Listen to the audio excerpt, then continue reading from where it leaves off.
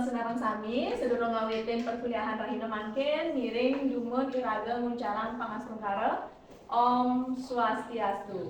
Om Swastiastu. Seperti biasa ya, sebelum kita mengawali perkuliahan, mari kita berdoa kehadapan Ida Sang Yang Widiwasa. Mogi napi sane pacan kebibagan rahina mangkin presiden ngemolehan kerahuan. Untuk punika ngaturan puja pengastuti ngawe.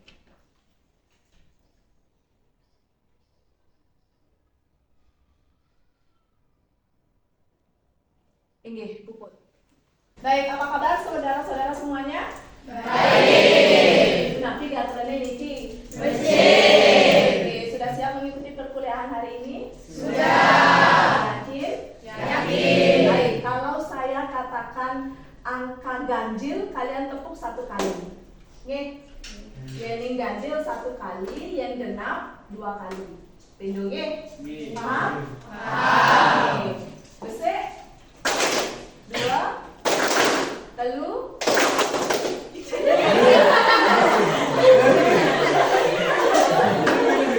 Ganjil apa muda? Cepok. Yang genap yang ganjil cepok, yang genap besek. Nah, berdua. Ya. Besek. Pendo. Ini pendo, saya genap. Konsentrasi. Saya bilang angka ganjil satu kali, angka genap dua kali. Men pendo angka lagi sih. Oke, besek dua, pendo.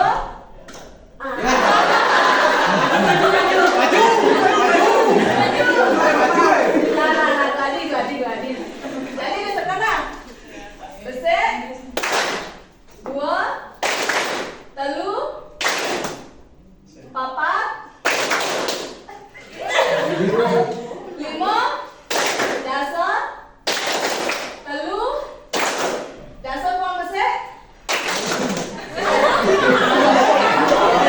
Dasar uang bendo.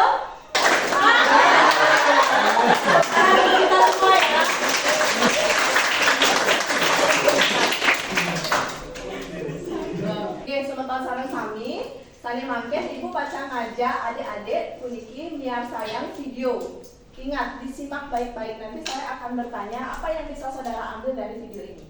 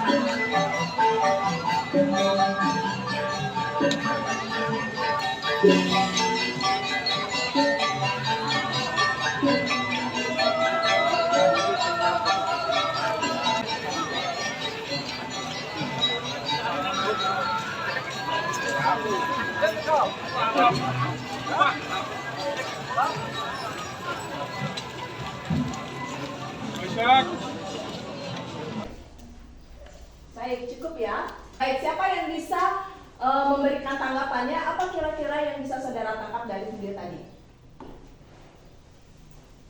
Oke, baik, coba Agus.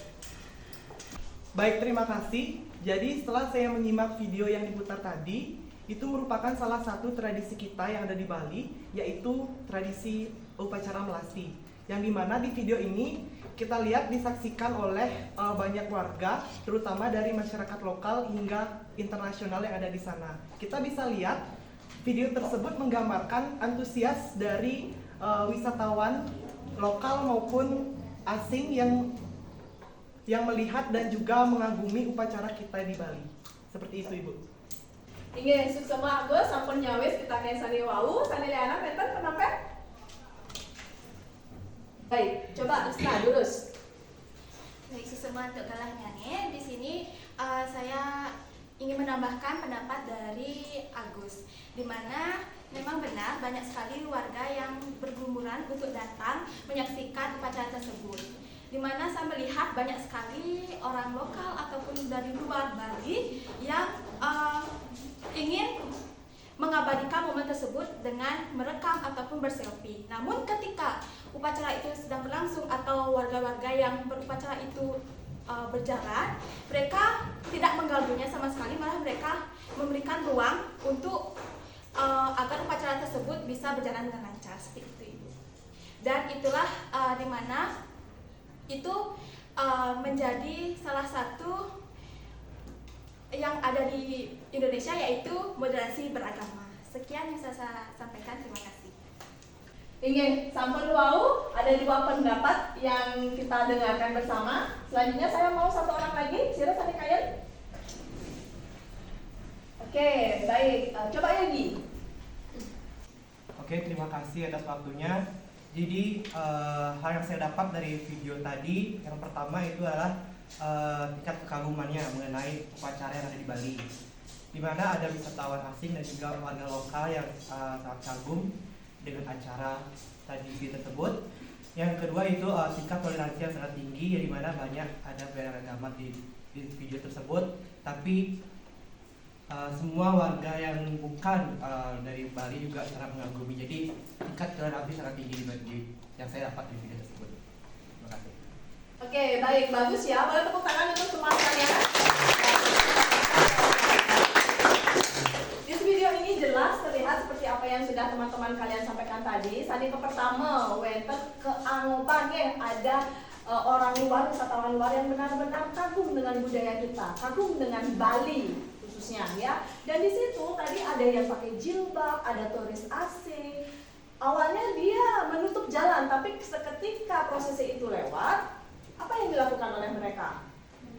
Membuka jalan. Mereka membuka jalan dan tidak sedikit pun mengganggu prosesi itu. Itu berarti apa? Perbedaan-perbedaan ini malah bukan menimbulkan perselisihan, tapi ada toleransi, ada moderasi beragama yang terjadi, ada kekaguman dari orang luar terhadap budaya kita, yaitu budaya baik. Jadi orang luar kagum nggak dengan budaya kita? Kagum. Pertanyaan saya sekarang, kita sendiri kagum nggak dengan budaya kita? Kagum. Betul. Betul. Coba kita lihat. Silakan. Pertama, ini adalah artikel yang ditulis berdasarkan hasil penelitian oleh yang sudah tertulis di sana ya, ada Pak Ferdian Maja dan seterusnya. Degradasi penggunaan bahasa Bali di Kota Denpasar. Jadi di Kota Denpasar berdasarkan penelitian ini disampaikan bahwa ada penurunan, ada degradasi penggunaan bahasa Bali. Pertanyaan saya kembali kepada kalian, apakah saudara akan membiarkan bahasa Bali ini dan dengan aksara, sastra dan lain sebagainya punah dan tidak diperhatikan oleh generasi muda? Tidak. Apa yang akan saudara lakukan? Sira sampai kalian bicara penampen, apa yang bisa saudara lakukan? Oke, baik ya. Silakan Dewi. Niki bukti nyatanya nih Bu, yang bedos mahasiswa bahasa Bali, Niki sampun hadir kuliah Ibu melajahin ini bahasa Bali. Oke, jadi wujud nyatanya adalah kalian hadir di sini ya sebagai mahasiswa bahasa Bali. Ada lagi yang punya pendapat lain? Silakan. Terus Mary? Yes, semua ini mungkin saya akan memaparkan sedikit penjelasan mengenai bukti nyata bahwa pemuda Bali masih tertarik belajar bahasa Bali, yaitu saya sendiri sangat tertarik belajar bahasa Bali, yaitu dalam mata kuliah prosa Bali modern, di mana di sini tujuan saya mempelajari prosa Bali modern ini untuk tetap melestarikan dan mengembangkan budaya Bali di kedepannya agar sastra Bali tetap berkembang ke generasi selanjutnya. Oke, beceng ya. Boleh tepuk tangan buat saudara ini. Oke, baik saudara-saudara. Jadi kalian duduk di sini dados mahasiswa jurusan Pendidikan Bahasa dan Sastra Agama. Tadi ya, sesuai yang dikatakan oleh teman-temannya menjadi wujud nyata komitmen kalian untuk berjibaku demi bahasa Bali. Yang lainnya setuju atau tidak? Setuju. Oke, berarti semua sudah setuju ya, dan semua sudah menyatakan serius untuk mengikuti salah satu mata kuliah di jurusan ini, yaitu Telaah Prosa dan Sastra Bali Modern ini. Oke, karena kalian sudah menyatakan bahwa kalian akan serius mengikuti perkuliahan ini, demi apa? Bukan demi nilai saja ya, bukan demi kelulusan semata, tetapi demi apa? Betul, demi melestarikan budaya Bali. Jadi tidak ada hanya sekedar urusan lulus atau nilai, tapi demi Bali, demi Pulau Bali, demi kebudayaan Bali. Kalau sudah serius melaksanakan atau mengikuti perkuliahan ini, saya ingin saudara menyampaikan pendapatnya. Seperti apa yang sudah kita pelajari di pertemuan kita minggu lalu, kita sudah membahas apa itu prosa, napi pulih ke sastra Bali modern, prosa Bali modern, napi mawinan ke sambat sastra Bali modern. Masih ingat? Masih. Siapa yang masih ingat? Sira sani kanton eling, napi pulih ke prosa Bali modern. Oke, baik. Ya, terus Vika. Aye, suksuman togalah nyane, prosa Bali modern punika, karangan bebas, sane berbahasa Bali. Oke, bagus Vika. Jadi ada karangan terikat berbahasa Bali yang lainnya. Oke, terus nih. Inggih suksumo prosa puniki punika kaya sastra Bali sane nenten tertulis tadi irama ritma umpami cerpen novel gitu kita. Inggih, semua. Jadi seperti yang apa yang disampaikan oleh Vika ya, yang pertama kata kuncinya dia adalah karangan bebas, kemudian pasti karena prosa Bali modern dia nganggen bahasa Bali, dan contohnya tadi disebutkan oleh Nick ya, weten cerpen, novel, apalagi yang lain? Prosa liris ya, prosa liris, kemudian esai, dan banyak lagi yang lainnya. Nah, jadi itu ya, ada banyak sekali contoh-contoh prosa Bali modern yang bisa dengan mudah kita jumpai. Oke, setelah kita mengingat Elenike, napi yang termasuk ke dalam sastra Bali modern, sekarang saya akan mengajak adik-adik untuk membedah unsur-unsur apa saja, unsur-unsur napi manten saning ngewangun prosa Bali modern itu. Ketika kita berbicara soal unsur yang membangun, berarti kita akan berbicara soal apa yang menjadi materi-materi di dalam prosa Bali modern itu sendiri. Namun sebelum itu, kenapa kita harus membedah unsur-unsur yang ada di sastra Bali modern atau prosa Bali modern itu sendiri? Sane ke pertama, patut irade nyelahin cihnan unsur intrinsik ya. Ini tujuan kita yang pertama, untuk mengetahui ciri-ciri dari unsur intrinsik prosa Bali modern itu. Kemudian yang kedua, ngepah unsur-unsur sane wenten ring unsur intrinsik punika talang ring unsur ekstrinsik. Jadi setelah kita tahu ciri-cirinya, uning cihnan-cihnane punika, kita bisa membedah ngepah unsur-unsur punika ke unsur ekstrinsik maupun unsur intrinsik. Paham semuanya? Paham. Nah, ini adalah contoh-contoh dari sekian banyak ya. Ini adalah sebagian kecil dari sekian banyak prosa Bali modern yang dengan mudah saudara dapatkan di luar sana. Nah, ketika kita membicarakan soal unsur, membicarakan soal unsur, menciptakan suatu karya sastra prosa Bali modern, unsur di dalam prosa Bali modern itu sendiri itu sama, mirip, mesai ngajak bangunan dalam sebuah rumah. Ya. Untuk lebih jelasnya, saya akan mengajak adik-adik untuk menyimak video yang berikut ini. Nah, video kali ini adalah video proses pembangunan rumah. Kalian perhatikan dan kalian cari korelasinya. Apa hubungannya rumah ini dengan prosa Bali modern yang akan kita bahas?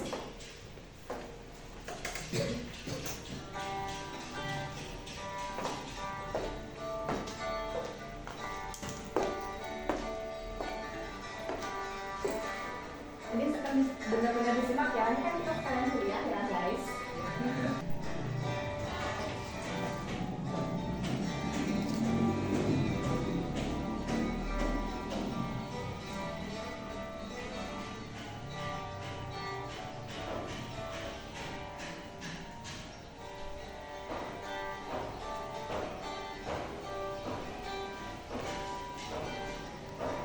Inge, usan sebetul sinarang sami nih saya wau video orang membuat rumah ya, bagaimana proses membuat rumah itu. Nah, sekarang pertanyaan. Nah, pikir presiden dan tank punika kepasang yang sing ada reng. Bisa nggak? Tidak nih. Nah, apa nyodok mantan langsung rap keten tidak? Fondasi, adegan tanpa fondasi bisa? Bisa atau tidak? Tidak bisa. Tenidang kenten nggih. Ditaken titiang. Apa hubungannya bangunan tadi, si semen dan si besi tadi dengan prosa dan sastra Bali modern? Siapa yang bisa jawab? Angkat tangan. Siapa yang bisa jawab? Angkat tangan. Ya, silakan, Komang.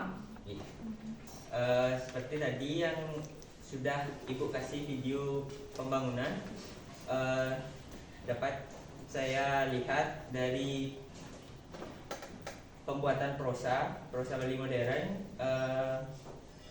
sama juga halnya kita membuat fondasi rumah.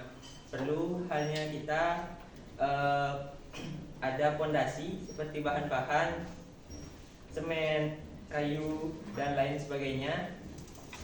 Dan juga kita membuat prosa perlu juga adanya unsur intrinsik dan ekstrinsik. Oh ya, silakan jadi mau menambahkan. Izin menambahkan Ibu dari pendapat Depa tadi mengenai tentang pembuatan fondasi rumah dan pembuatan prosa Bali modern. Di sini keduanya sama-sama saling berkesinambungan dan saling membutuhkan. Oke, baik. Terima kasih. Ya, jadi seperti yang dikatakan oleh rekan saudara nih, begitu pula unsur-unsur di dalam membangun suatu rumah, ada semen, material, yang lain, batu, besi, dan lain sebagainya. Nika seperti kita membangun suatu prosa. Jadi unsur-unsurnya itu terkait satu dengan yang lain. Ya, jadi sekarang kita sudah mengetahui sekilas tentang apa yang dimaksud dengan unsur-unsur yang membangun prosa Bali modern itu sendiri. Selanjutnya, saya akan ajak adik-adik untuk membuat kelompok. Ya, jadi saya mau tanya dulu, siapa yang dari Tabanan? Yang dari Tabanan, kemudian dari Kelungkung, dari Karangasem, Bangli, Denpasar, Singaraja. Gak ada ya? Ada lagi yang belum disebutkan? Gianyar, Gianyar, Tabanan, sudah ya? Oke, Badung. Oh, Badung paling banyak ya. Oke. Jadi duduknya sudah tersebar. Sekarang kita akan bagi menjadi kelompok. Baik, adik-adik semuanya. Ada yang dari Tabanan, Kelungkung, kemudian Gianyar dan lain sebagainya. Saya minta saudara-saudara berkumpul sesuai alamat kabupatennya masing-masing. Silakan. Diatur ya fungsinya ya. Oke. Satu orang jadi bupati. Satu orang jadi bupati.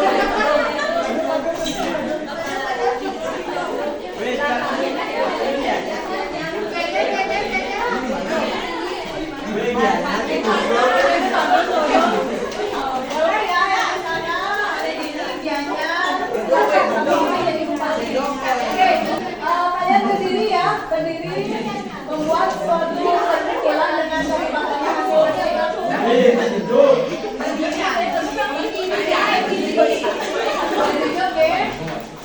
topik keluarga masing-masing. Sudah?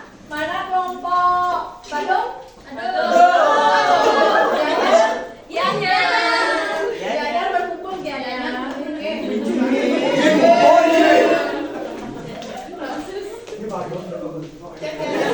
Jadi Gianyar, Bangli,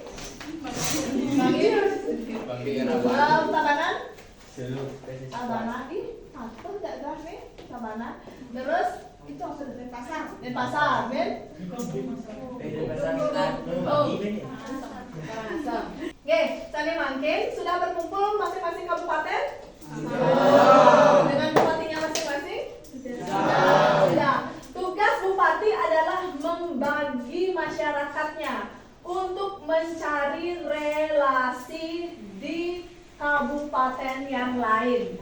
Ya, saya ingin kalian mencari relasi di kabupaten yang lain. Ini tanggung jawab bupatinya masing-masing ya. Dia dibagi ke siapapun masuk ke kabupaten mana. Ya, dan lakukan pembagian itu saya kasih waktu 3 menit dari sekarang. Silakan.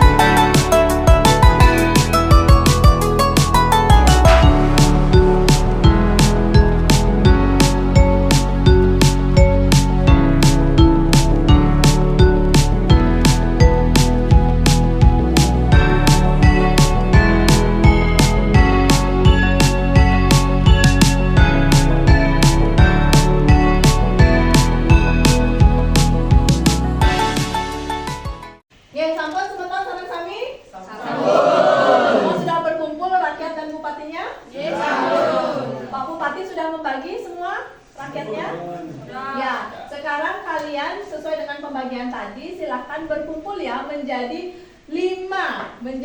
Pancasila di kelompoknya masing-masing. Ada 5 kelompok besar yang harus terbentuk dari pembagian tadi. Silakan dilakukan.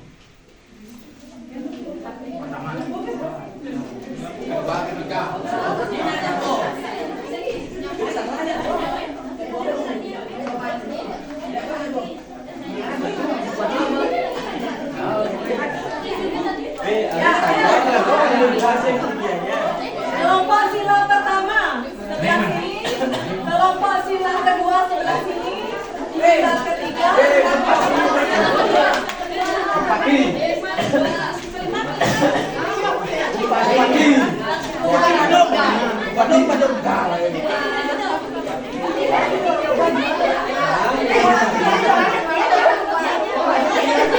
Sampun mangken berjajar ya. Membuat seperti barisan, sila pertama, sila kedua, sila ketiga, sila keempat, dan sila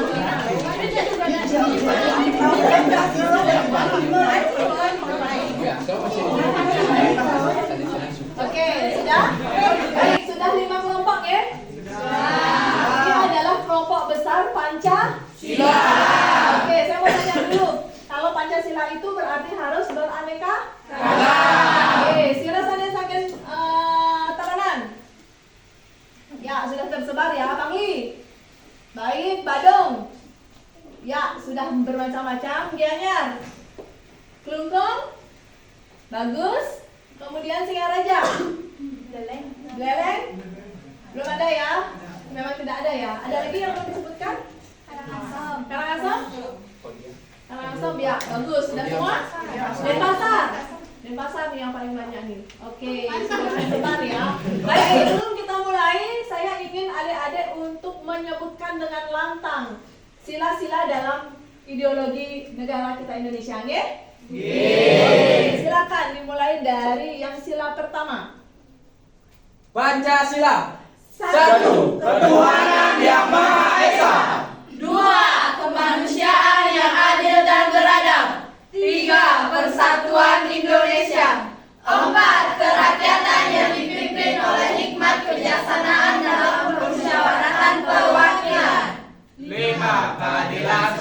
bagi seluruh rakyat Indonesia.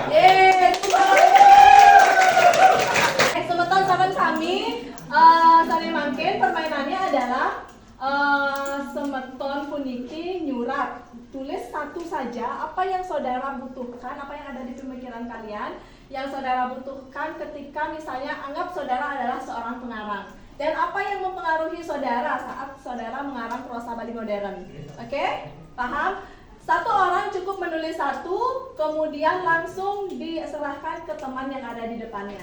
Ya, ketika kalau misalnya lagunya masih berlanjut, yang di belakang sudah selesai, langsung kembalikan lagi ke depan dan begitu seterusnya. Paham? Paham. Oke, baik. Silahkan berbalik arah kawan-kawan semua. Kita mulai ya dengan lagu Cure-Cure, semua harus bernyanyi, oke? Oke, 3, 2, 1. Cure-cure semanta alang-alang, buku-buku tiang melipo, aji terus keteng, merupakan anak bagus keteng, enjok. Ulangi lagi, cure-cure semanta alang-alang, buku-buku tiang melipo, aji terus keteng, merupakan anak bagus keteng, enjok. Meong, meong, alega bikule, bikul gede-gede, duwen moko-moko, terempesai ngerusuki, juk menjukul. Oke, yang belakang sudah cukup, serahkan sama saya. Siapa yang pertama?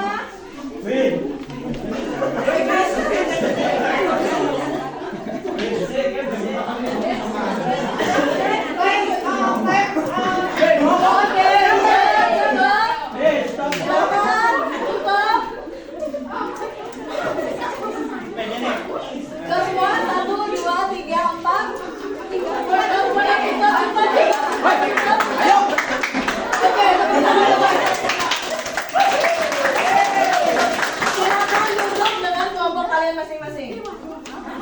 Oh ini Bu. Ya, silakan duduk sesuai kelompok.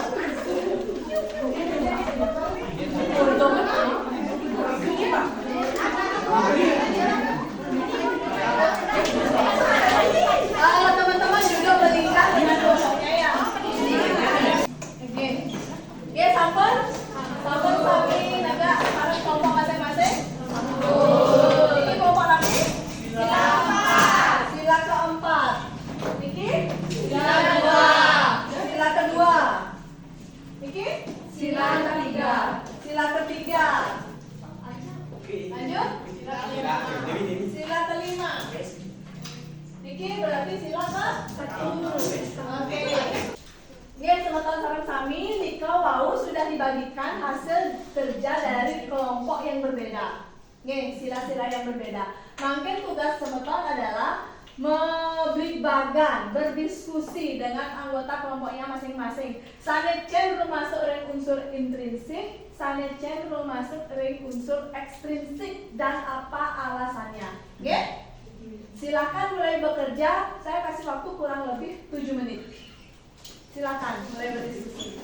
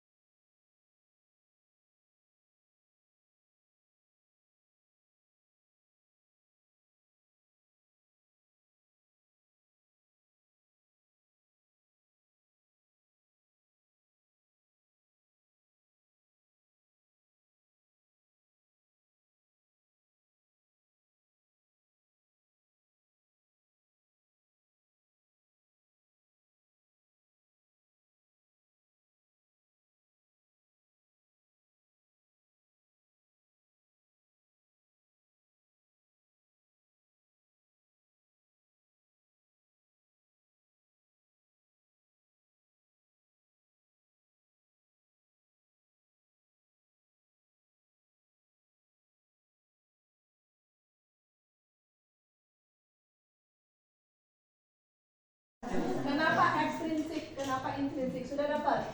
Sudah berbagi ya. Ya, ingat alasannya. Nah, ini sudah membuat alasan. Kalian harus siap juga dengan alasannya. Yang ini sudah? Ada kendala? Sudah. Aman ya? Oke, baik. Yang ini? Wah, alot sekali diskusinya. Sabar? Sudah siap? Baik, kawan-kawan semuanya, saya rasa 7 menit sudah berlalu, cukup? Sudah siap dengan alasannya masing-masing? Sudah dibagi semua per unsur? Oke, baik. Selanjutnya, silakan dipresentasikan, dipaparkan ya hasil diskusi kalian secara singkat dan alasannya apa. Oke, baik, saya mulai dari sila kedua. Siapa sila kedua? Oke, silakan. Sila kedua dipaparkan, berdiri di tempat duduknya saja. Baik, terima kasih teman-teman dan juga ibu dosen. Saya selaku perwakilan dari kelompok Pancasila sila kedua ingin menyampaikan hasil diskusi dari kelompok kami. Yang di sini kami mendiskusikan hal-hal yang diperlukan untuk membuat sebuah prosa. Yang pertama ada tema yang termasuk unsur intrinsik. Yang kedua ada amanat yang juga termasuk unsur intrinsik. Yang ketiga ada alur dan juga latar serta sudut pandang yang termasuk unsur intrinsik. Kemudian di sini ada pendapat yang setelah kami diskusikan merupakan salah satu unsur ekstrinsik. Kenapa dikatakan seperti itu? Setelah kami diskusikan, pendapat di sini bisa diartikan menjadi dua hal, yaitu pendapat sang pengarang dan juga pendapat sang pembaca. Kenapa dikatakan unsur ekstrinsik? Hasil diskusi kami menyatakan bahwa sebelum karangan itu jadi, kita tidak bisa menyampaikan pendapat. Jadi harus ada karangan dulu, baru bisa menyampaikan pendapatnya. Jadi kami menyimpulkan bahwa pendapat itu merupakan unsur ekstrinsik. Kemudian yang selanjutnya ada penokohan yang termasuk unsur intrinsik dan juga ideologi yang termasuk unsur ekstrinsik. Sekian, terima kasih.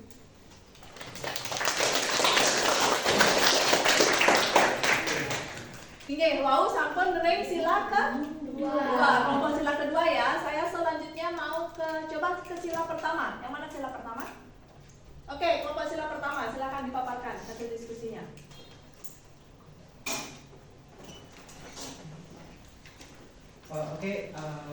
Saya yang mewakili dari kelompok sila pertama. Saya mendapatkan kelompok dari sila kelima. Jadi kelompok Sila kelima ya? Ya. Oke. Saya sudah mengelompokkan dengan kelompok saya. Itu terdapat anak-anak, adik-adik, tema, judul, amanat, dan alur. Jadi untuk unsur ekstrinsiknya saya mengelompokkan itu kata anak-anak dan adik-adik. Jadi kata kuncinya itu terdapat dari unsur-unsur ekstrinsik itu ada sosiologi kemasyarakatan. Jadi saya anggap dalam kelompok saya itu adik-adik dan anak-anak itu unsur kemasyarakatan. Oke, bagus. Dan untuk unsur intrinsiknya itu ada tema, judul, amanat, dan alur. Jadi sekian yang saya katakan di kelompok. Oke, baik. Tepuk tangan untuk kelompok ring sila ke-1 ya. Oke, selanjutnya siapa lagi yang ingin menyampaikan pendapat? Oke, baik, silakan. Ring kelompok apa? Kelompok 4. Kelompok 4 mendapat pekerjaan dari kelompok berapa? Mendapat pekerjaan dari kelompok 3. Oke, silakan. Baik, terima kasih atas waktunya.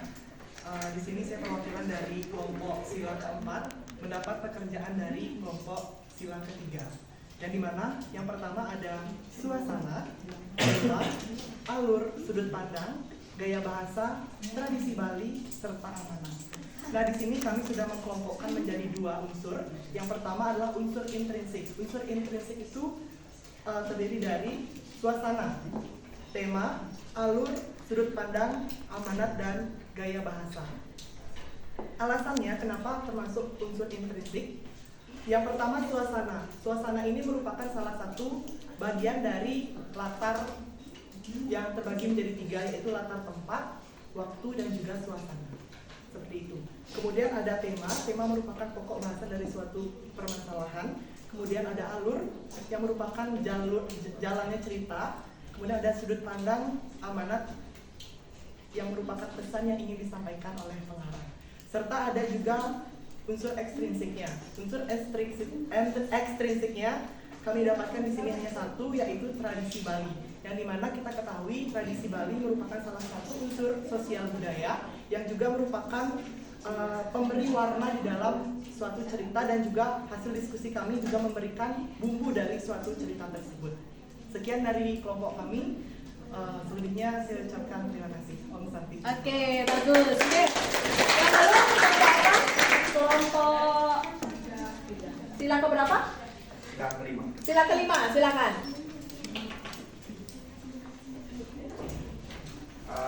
Baik, terima kasih.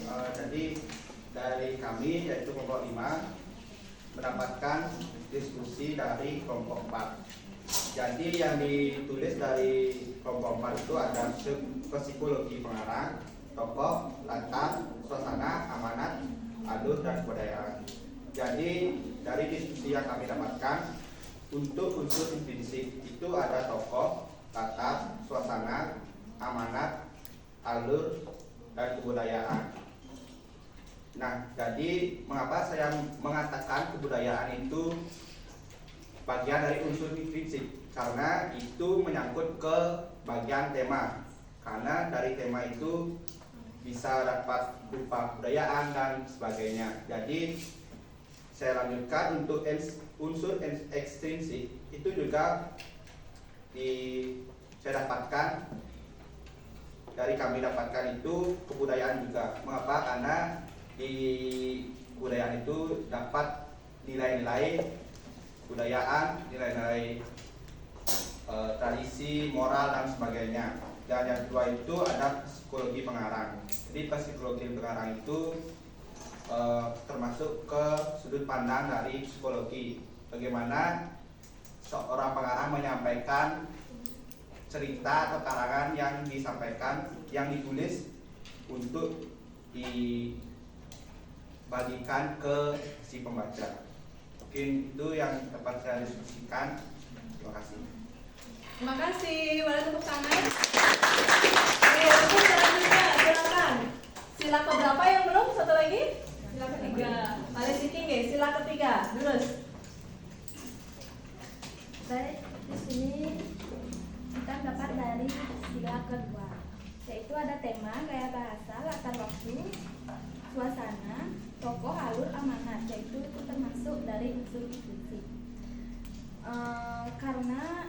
Jadi alasannya karena unsur intrinsik masuk dalam unsur intrinsik. Karena unsur-unsur di atas adalah unsur yang membangun dari suatu karya sastra yaitu dimulai dari tema, di mana tema menentukan awal dari karya sastra yang dikarang. Adanya latar waktu menggambarkan pelaksanaan, dan latar suasana menggambarkan kejadian. Baik, sekian yang dapat saya sampaikan.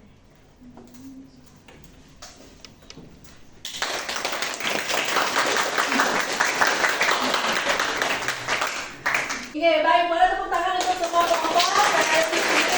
Sudah bagus ya, semua sudah memaparkan Anicen masuk ring intrinsik, Anicen masuk ring ekstrinsik, dan juga dengan alasannya masing-masing yang saya rasa sudah cukup tepat dan masuk ke dalam definisi dari intrinsik dan ekstrinsik itu sendiri. Namun sebelum saya melakukan penekanan, saya ingin saudara yang menyimpulkan sendiri. Jadi menurut pendapat saudara, rekan-rekan mahasiswa semuanya, dari apa yang saudara analisis tadi, ketika kalian sudah bisa membaginya ya, yang mana intrinsik, yang mana ekstrinsik, tentu adik-adik sampun medue konsep ring mana adik-adik. Ane cen madan intrinsik, ane ken madan ekstrinsik. Sekarang saya mau tahu, menurut saudara, jadi yang intrinsik itu yang seperti apa? Siapa yang bisa memberikan pendapat? Lurus.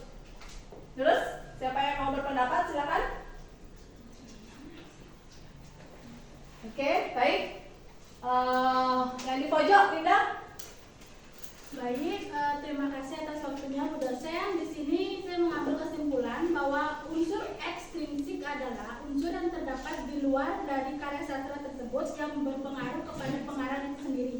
seperti contohnya suasana hati, misalnya suasana dari patah hati atau apa mempengaruhi karya sastra yang ingin dia buat. Kalau unsur intrinsik adalah unsur yang terdapat dalam karya sastra itu sendiri seperti tema, kesimpulan, amanat, alur, tokoh, dan penokohan. Terima kasih. Oke, Suksema Linda. Yang lain ada yang mau menambahkan? Silakan diangkat tangannya. Ada yang mau menambahkan? Oke, baik. Silakan. Sebelumnya terima kasih atas waktunya. Jadi izin untuk mempersingkat lagi. Jadi untuk unsur intrinsik adalah unsur pembangun yang ada dalam karya sastra. Contohnya seperti tema, judul, penokohan, latar, lalu ada gaya bahasa dan lain-lain. Lalu untuk unsur ekstrinsik adalah unsur yang membangun di luar karya sastra tersebut, namun tetap berhubungan dengan seperti biografi pengarang. Mungkin sekian dapat saya sampaikan. Oke, baik. Boleh tepuk tangan untuk semua.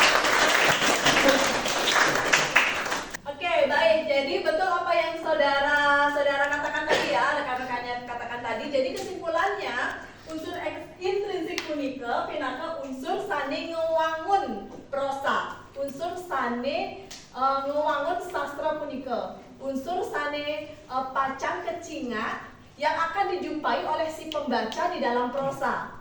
Jadi ketika kita membaca, kita akan menjumpai tokoh, penokohan, betul, latar, amanat, itu akan kita langsung jumpai di dalam prosa. Itu yang dimaksud dengan unsur intrinsik. Oke, jadi unsur intrinsik itu ada banyak yang seperti tadi saudara sebutkan ya, tema, insiden, plot, penokohan, dan juga latar, sudut pandang, termasuk bahasa. Jadi ketika kita membaca, kita akan menjumpai suatu bahasa. Jadi itu masuk unsur intrinsik. Ekstrinsik, seperti yang saudaranya katakan tadi, bahwa unsur-unsur itu ada di luar karya sastra, tidak masuk ke dalam apa yang akan kita jumpai ketika kita membaca, tetapi dia mempengaruhi dalam proses penciptaan karya sastra juga. Nih, ada apa tadi? Ada biografi pengarang, kemudian ada suasana hati pengarang, itu masuk ke ranah psikologi pengarang. Kemudian juga ada kehidupan sosial, budaya, kultur dari si pengarang itu sendiri juga masuk ke dalam unsur ekstrinsik. Baik. Nah, jadi itu ya, saudara-saudara ya, yang dimaksud dengan unsur intrinsik dan ekstrinsik ring prosa Bali modern. Sampai di sini ada pertanyaan? Oke, silakan. Saya ingin bertanya, tadi kan ada teman yang bilang patah hati termasuk unsur ekstrinsik. Kenapa patah hati bisa termasuk unsur ekstrinsik? Wah, ini menarik ya. Tadi ada yang menyebutkan patah hati masuk ring unsur ekstrinsik. Kenapa patah hati bisa ke ekstrinsik? Ayo, siapa yang mau memberi pendapat? Silakan. Oke, silakan Yogi. Baik, jadi menurut saya kenapa patah hati bisa masuk ke unsur ekstrinsik, karena jika kita ketahui unsur ekstrinsik juga ada yang namanya psikologi dan kejiwaan. Jadi menurut saya unsur apa yang katakan Linda tadi masuk ke unsur psikologi ekstrinsik prosa. Ya, bagus ya pendapatnya Yogi ya. Silakan, ada yang mau menambahkan tadi Dewi ya? Ketiga ya, silakan Dewi. Saya sependapat sama Yogi tadi, patah hati termasuk ke psikologi dari pengarang, yaitu ekstrinsik. Nah, secara tidak langsung patah hati itu akan mempengaruhi karya sastra yang dibuat oleh pengarang. Misalnya kalau pengarangnya lagi patah hati, kemungkinan karya sastra yang diciptakan bertemakan patah hati. Iya, kesedihan gitu ya. Oke, baik, tepuk tangan untuk teman-teman.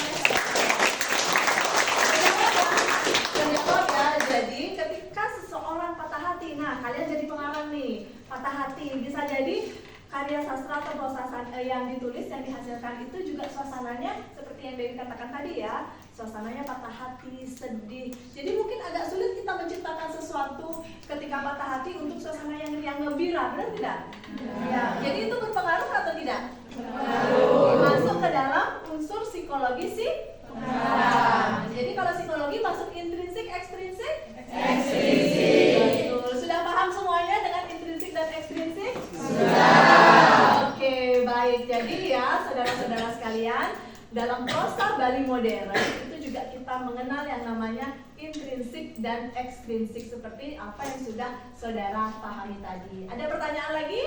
Cukup? Cukup. Oke, kalau sudah cukup, sebelum kita mengakhiri perkuliahan kali ini, saya ingin tahu selain urusan materi dan ilmu pengetahuan, apa yang bisa saudara petik, nilai-nilai apa yang bisa saudara petik dari apa yang sudah kita lakukan hari ini? Ada yang bisa menjawab? Silakan angkat tangan. Ya, Puspita silakan. Baik, terima kasih atas waktunya Ibu. Di sini nilai yang dapat saya petik yaitu nilai gotong royong, di mana tadi kita menjawab instruksi dari Ibu itu dengan kebersamaan dan juga cepat-cepat seperti itu, Bu. Oh, jadi harus bersama-sama dengan anggota kelompoknya ya? Ya. Oke, bagus Puspita, gotong royong. Yang lain, ada yang bisa memetik nilai dari apa yang kita lakukan hari ini? Silakan. Bu. Oke, silakan. Baik, nilai yang bisa saya petik pada hari ini salah satunya adalah nilai kebudayaan. Bagaimana hari ini kita memakai baju adat ke kampus merupakan salah satu unsur. Oke, baik. Kita benar-benar berjibaku ya dengan budaya Bali ya. Dengan kita hari ini menggunakan pakaian adat Bali dalam melaksanakan perkuliahan. Sesuai dengan pergub di Bali ya juga ya. Oke, bagus. Yang lainnya? Silakan.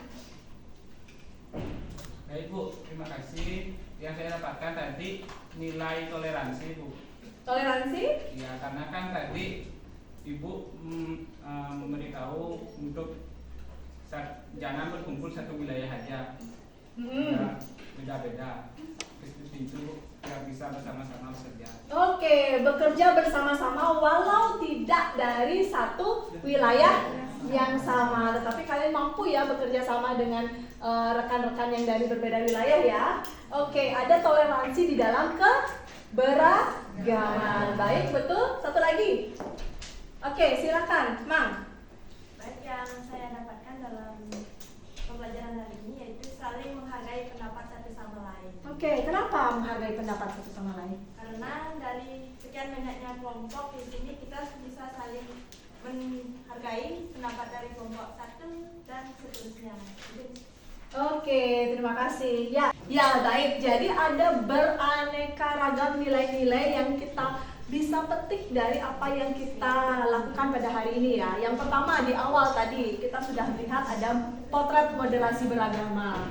Kemudian ada nilai toleransi, ada gotong royong, kebersamaan dalam keberagaman. Ada juga nilai-nilai untuk menghargai pendapat orang lain, termasuk bekerja sama dengan teman-teman yang berasal dari berbeda daerah. Dan kalian sudah dengan lantang juga ya mengucapkan ideologi dari negara kita yaitu Pancasila, dan itu merupakan hal yang sangat baik untuk ditanamkan ya adik-adik, tidak hanya di perkuliahan ini ya. Jadi nilai-nilai itu harus kalian bawa sampai kalian keluar dari kelas ini dan sampai kalian di keluarga maupun di masyarakat. Paham? Baik. Jika sudah tidak ada pertanyaan, semoga apa yang menjadi diskusi kita pada hari ini, nilai-nilai yang sudah kalian temukan tadi, tidak hanya selesai di kelas ini ya. Semoga ini memang bermanfaat. Wenten pikenoh nyane ring sejeroning kauripan alit-alit semeton tiang sinareng sami. Nggih, yen ning nenten-nenten pitaken malih ngiring mangke puputang perkuliahan hari ini mangke antuk nguncaran para pesani. Om